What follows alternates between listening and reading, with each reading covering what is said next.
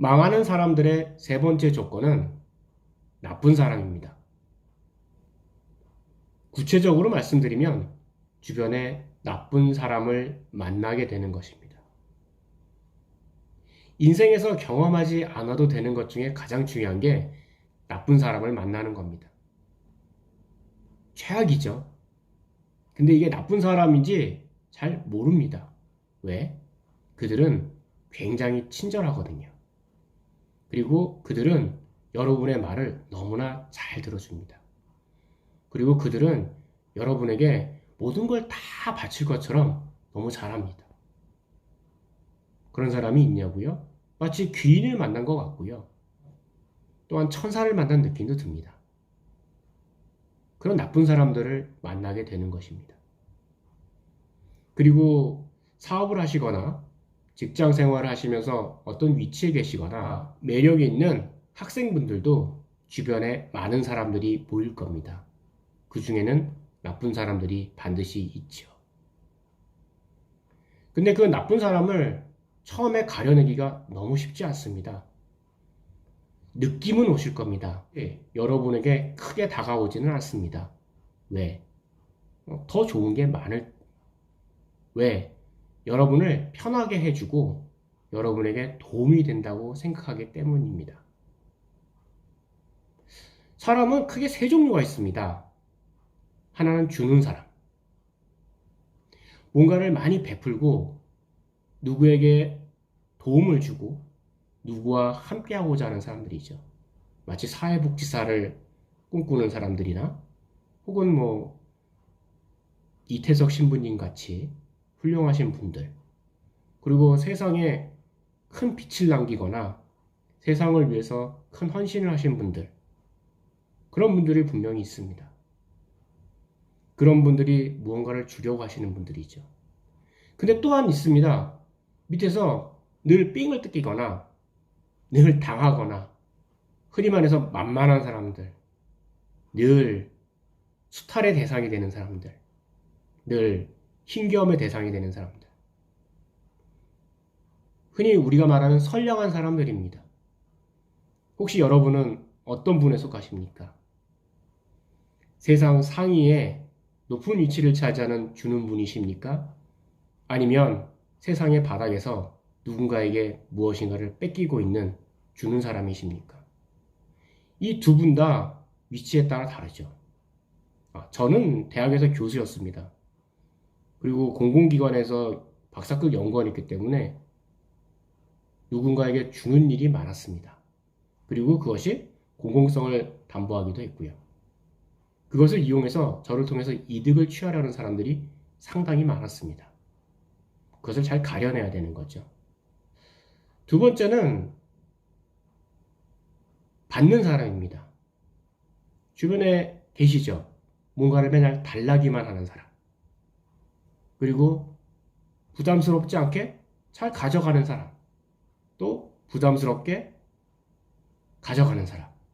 심지어 이런 사람은 나쁜 사람입니다. 뺏어가는 사람. 근데 공통적인 특징이 있죠, 이런 사람들. 뻔뻔합니다. 인생을 뻔뻔하게 사는 사람들이죠. 그러면서 너무나 당연하게 남의 것을 가져갑니다. 받기만 하는 사람. 이런 사람들이 주변에 있다면 여러분 분명히 망합니다. 이런 사람들은 주는 사람들에게 기생해서 삽니다. 주는 사람들을 숙주로 삼아서 살고 있죠. 뺏어가거나 아니면 위대한 주는 사람에게 붙어서 사는 사람들이죠.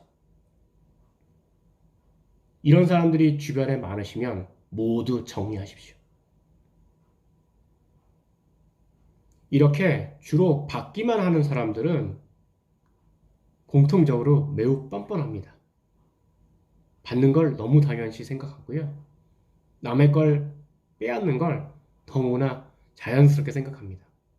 그리고 죄책감도 없습니다. 그리고 미안함도 없습니다. 당연히 내 걸 내가 가져갔다고 생각하는 사람입니다. 그거 내 건데요. 이렇게 얘기해요. 그냥 그거 내 거잖아. 자연스럽게 많이 나오고요. 죄책감, 미안함, 연민, 다른 사람에 대한 배려 전혀 없습니다. 근데 마치 자기가 큰 선행을 하거나 마치 자기가 큰 은혜를 베푼 것처럼 생각하고 살고요. 심지어 자신이 되게 정의롭다고 생각합니다.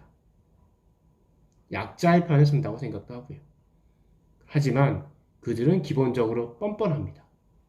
그리고 부끄러움이 없습니다. 그리고 되게 저돌적으로 뭔가를 하려고 그러고요. 그리고 남의 것을 내 것처럼 생각하기 때문에 시기심도 많고 질투심도 매우 강합니다. 그리고 상당히 사람들을 힘들게 합니다. 왜냐하면 꼬투리를 잡아서 그것이 자기 거인 것처럼 자기에게 유리한 방향으로 모든 걸 끌고 가기 위해서 그렇게 생각을 하고 있다는 거죠. 의외로 많습니다. 이 받는 사람, 특히 뻔뻔하게 남의 것을 뺏어가려는 사람. 그런 분들이 주변에 계신다면 여러분들은 그분들을 빨리 정리하셔야 할 겁니다. 그것이 여러분이 망하지 않는 방법이기도 하고요. 망하는 가장 큰 필수 조건이기도 합니다. 그리고 가장 많은 사람들은 이 교환하는 사람들입니다. 주고 받는 것. 이걸 기본으로 생각합니다. 저도 아마 여기에 속할 거고 이걸 보고 계시는 많은 구독자분들도 대부분 이 부류에 속하실 겁니다. 주고 받는 것. give and take. 그러시죠? 내가 뭔가를 주고 무언가를 받고 네가 나한테 주면 나도 너에게 무언가를 주는 그런 분들. 아마 이런 사람들이 대다수입니다. 그렇기 때문에 사회가 공정하게 돌아가겠죠. 교환하는 사람들은 이 세상에 가장 많은 비중을 차지하고 있을 겁니다. 저나 여러분도 이곳에 속하시는 분들이 대다수일 거라고 생각이 듭니다. 이는 인간의 이기심을 바탕으로 하고 있습니다. 나에게 이득이 되느냐, 해가 되느냐. 이 간단한 논리에 따라서 서로 주고받는 일이 이루어지게 되는 거죠. 이기심. 이것을 잘 이용해야 자본주의에서 승리자가 될 수 있습니다. 이기심을 잘 활용해야 여러분은 부자가 될 수 있습니다. 이기심을 잘 만들어야 여러분은 새로운 성공의 신화를 만들 수 있습니다. 이기심을 부리라는 뜻이 아니고요. 인간의 이기심을 잘 활용하라는 뜻입니다.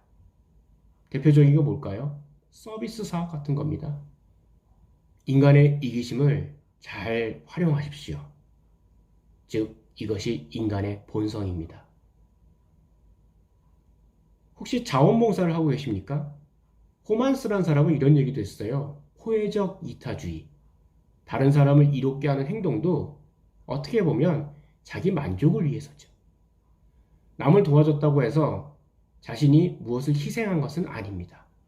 분명히 무언가를 주고 받았습니다. 나는 봉사활동을 통해서 다른 사람을 도왔고요. 그리고 그걸 통해서 저는 뿌듯한 만족감, 천국으로 조금 더 다가갈 수 있는 기분을 얻게 됐다는 거죠. 이타주의, 다른 사람을 돕는 행위 자체도 어떻게 보면 이기심의 근본을 두고 있다고 볼 수 있다는 겁니다. 그래서 모든 사람들은 교환하는 사람들이 많습니다. 무언가를 주고 받아야 되는 사람. 이런 사람들은 아까 말한 받기만 하는 사람들, 받는 사람들에게 대항할 수 있습니다. 왜? 주고 받아야 되니까. 이것이 성립하지 않으면 이분들은 존재하지 않습니다.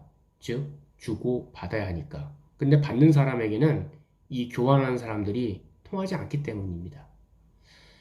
망하는 사람들의 세 번째 조건, 나쁜 사람들 꼭 피하시기 바랍니다. 오늘은 여러분들과 함께 망하는 사람들의 세 가지 조건에 대해서 말씀드렸습니다. 첫 번째는 믿음, 두 번째는 방심, 세 번째는 나쁜 사람. 모두 피하시기 바랍니다. You say that I'm psychotic, but then you like it like that. 성공할 수 있습니다. It's like every time the conversation changes, and I want you right back, right back. You say